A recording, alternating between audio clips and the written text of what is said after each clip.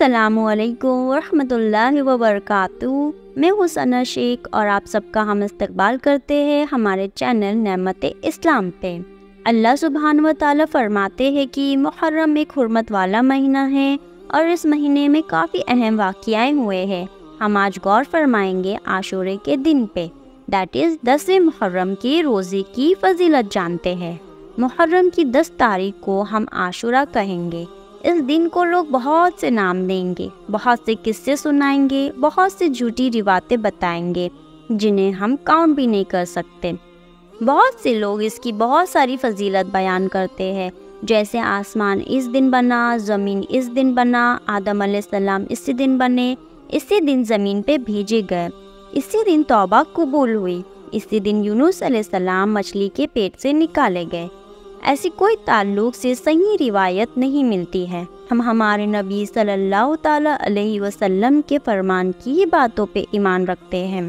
حدیث صحیح مسلم 854b سے روایت ہے، حضرت ابو ہریرہ نے فرمایا کہ نبی کریم صلی اللہ تعالیٰ علیہ وسلم نے فرمایا کہ بہترین دن جس پہ سورہ طلوع آفتاب ہوا وہ جمعہ ہے۔ حضرت آدم علیہ السلام جمعہ کے دن بنائے گئے تھے اور جنت میں بھی داخل کیے گئے تھے اور نکالے بھی گئے تھے، اور وہ آخری وقت بھی جمعہ کے دن میں قائم ہوگا۔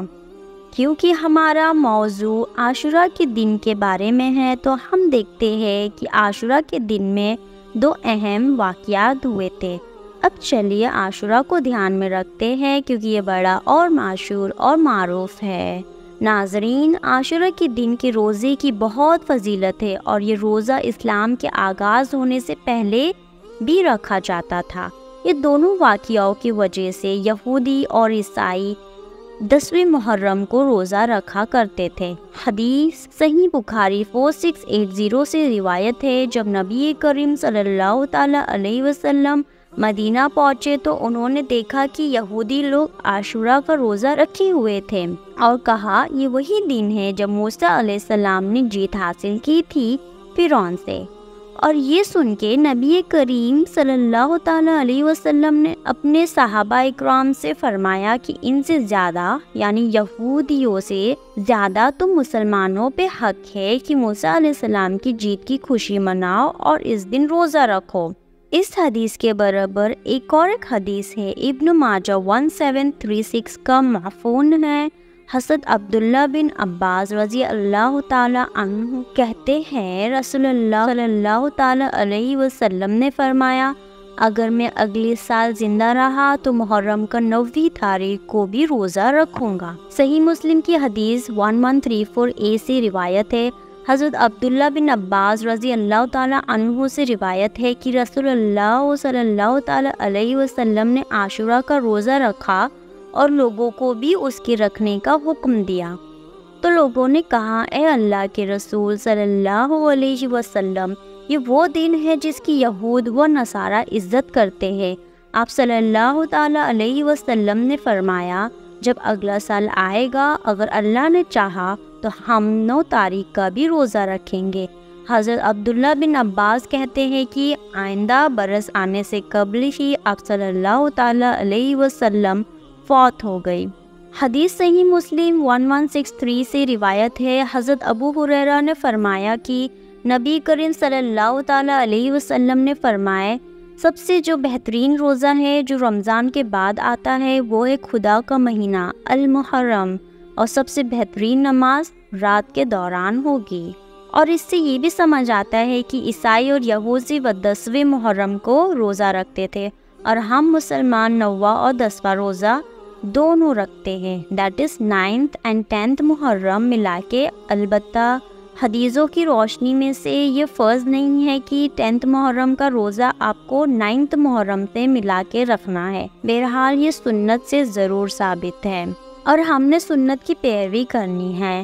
اطیعوا اللہ و اطیعوا الرسول، چونکہ نبی صلی اللہ تعالیٰ علیہ وسلم تبدیل کرنا چاہتے تھے مسلمانوں کے روزے اور یہود کے روزوں کے بیچ میں، اس لیے نبی صلی اللہ تعالیٰ علیہ وسلم نے کہا، ایک روزے کے بدلے آپ 2 روزے رکھے ملا کے۔ تو آپ 10th محرم یعنی عاشورہ کا روزہ 9 تاریخ سے ملا لے یا 11 تاریخ سے مقصد یہ ہے کہ آپ کی ملا کے 2 روزے ہونے چاہیے عاشورہ کے دن کو گن کے۔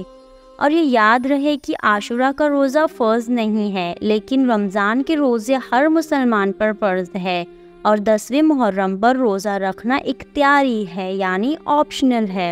ام المؤمنین حضرت عائشہ صدیقہ رضی اللہ تعالی عنہا نے بیان فرمایا کہ رمضان کے روزے فرض ہونے سے پہلے مسلمان عاشورہ کا روزہ رکھتے تھے۔ عاشورہ کے ہی دن جہیلات میں کعبہ پہ غلاف چڑھایا جاتا تھا۔ پھر جب اللہ تعالیٰ نے رمضان فرض کر دیا تو رسول اللہ علیہ وسلم نے لوگوں سے فرمایا کہ اب جس کا جی چاہے عاشورہ کا روزہ رکھے اور جس کا جی چاہے چھوڑ دے۔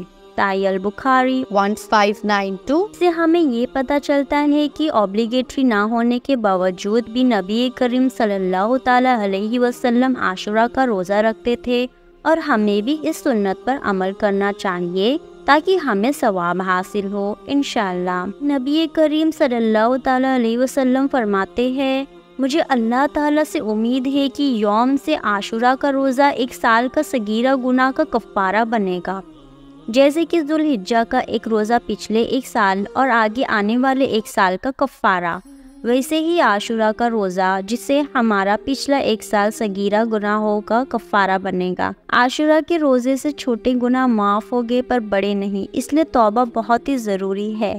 جنہوں نے چھوٹے یا بڑے گناہ نہ کیا ہو ان کے درجات علما بلند ہو جائیں گے، یہ ہمیں مجموع فتویٰ ابن باز 6/432 سے معلوم ہوتا ہے۔ اسی طرح اگر دیکھا جائے کسی نے چھوٹے گناہ نہیں کیا ہو پر بڑے گناہ کیا ہو تو علماء کہتے ہیں عشر عزیز ان بڑے گناہوں کی شدت میں انشاءاللہ تعالی تخفیف کرے گا، اسے ہلکا کر دے گا۔ سسٹرز، اگر ممکن ہو جنہیں اللہ نے صحت عطا کی ہے، آج کل اتنی شدت کی گرمی بھی باقی نہیں رہی، ہم روزے رکھنے کی کوشش کریں گے انشاءاللہ تعالی۔ ذکر و فکر کے اندر ان ایام کو گزارنے کی امید رکھتے ہیں۔ اسلامی بہنوں اور بھائیوں، ہمیں رمضان ملا، شعبان ملا، اب محرم، انشاءاللہ اپنے گناہوں کو ختم اور ہلکا کرنے کی کوشش کریں۔ جزاک اللہ خیر۔